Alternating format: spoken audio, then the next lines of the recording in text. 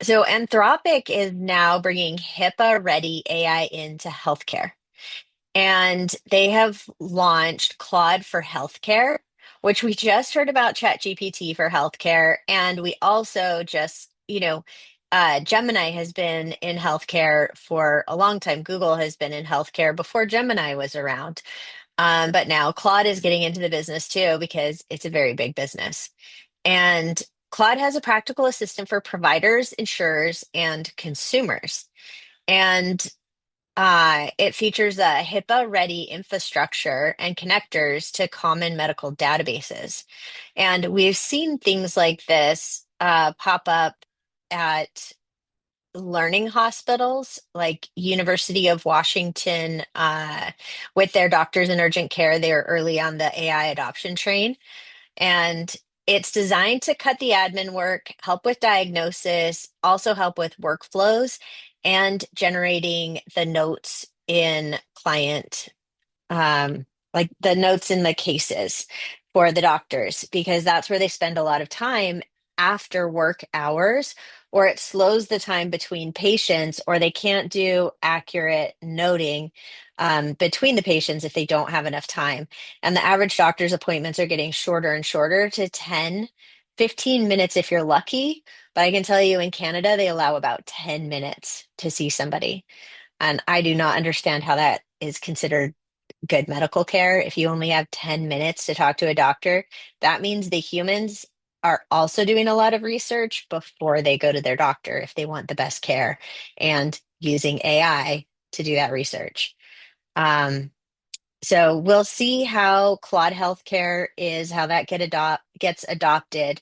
Um, and in healthcare, the industry where time saved directly affects operational cost, quality of patient experience. Um, it's vital that, that AI is right in those situations. Um, and also other regulated industries, because when you're dealing with regulation and compliance, there is a heavier burden on the practitioners, the providers, the healthcare organizations.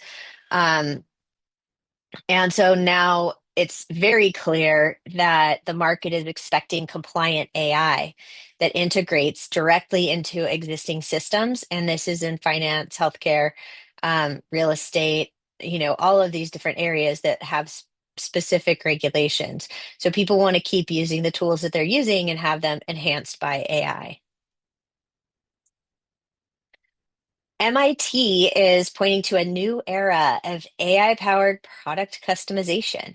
We've talked a lot about using AI to model things, and MIT researchers introduced MechStyle, which is a system that uses generative AI plus simulation to modify 3D designs while keeping them structurally viable for daily use.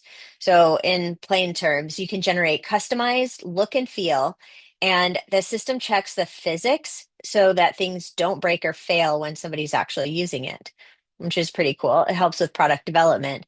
And this is what consumer brands and manufacturers will want to be using. And a lot of them, the ones that have big budgets are using those now.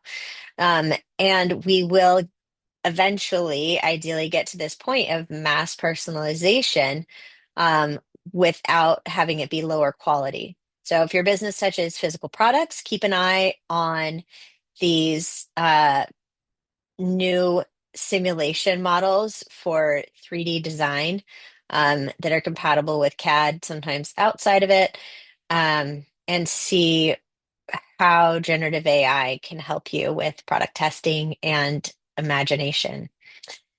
And banks are getting ready for agentic commerce. So, FIS, which is the Fidelity National Information Services, announced an offering designed to let banks securely support agentic commerce. Now, this is where AI agents can negotiate and complete purchases on behalf of a human, and they are going to be powered with payment methods. So, MasterCard and Visa are involved in these experiments, and they're foreseeing this world where AI does the shopping for you, picks out what you want, buys it all without your approval. Like you might set this agent in motion and it does the things that you want it to, including having access to your credit card. And this is where we all need to consider if we're selling online, like how can my website map to how an AI agent customer is going to check out, get support, and manage returns? This is coming very quickly. So anybody who is in ecom, even SaaS purchasing, pay attention here. And the websites aren't necessarily going to need to be so pretty.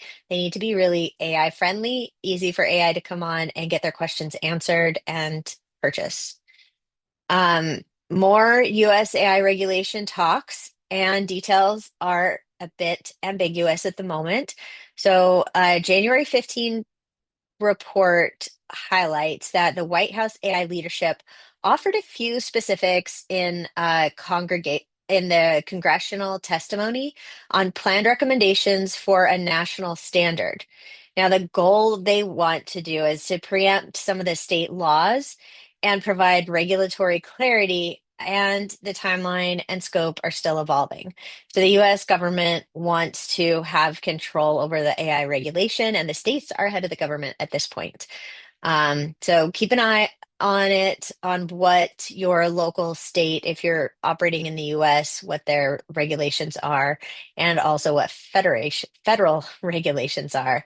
And anywhere else in the world, look at what your government is doing and how it's getting regulated. Everybody knows, Europe has a lot more stringent regulations than the US does right now.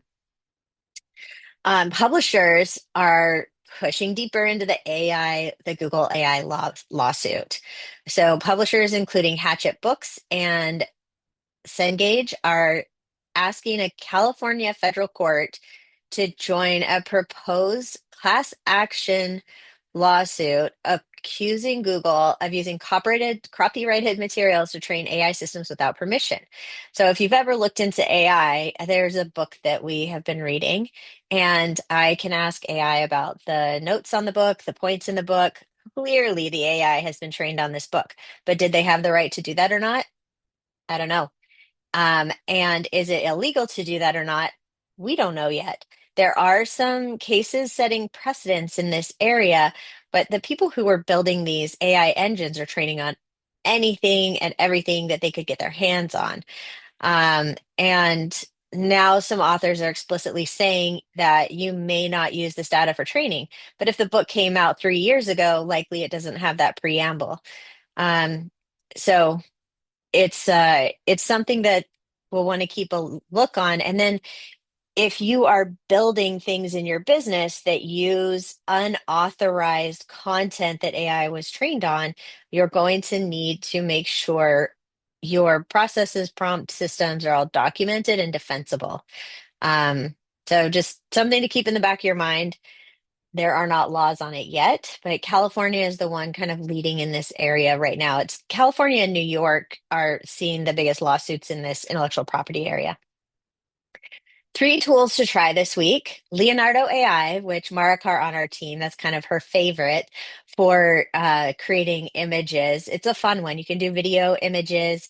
You can create commercial products with it too. It started so small and it's so robust now. It's such a fun and easy to use tool.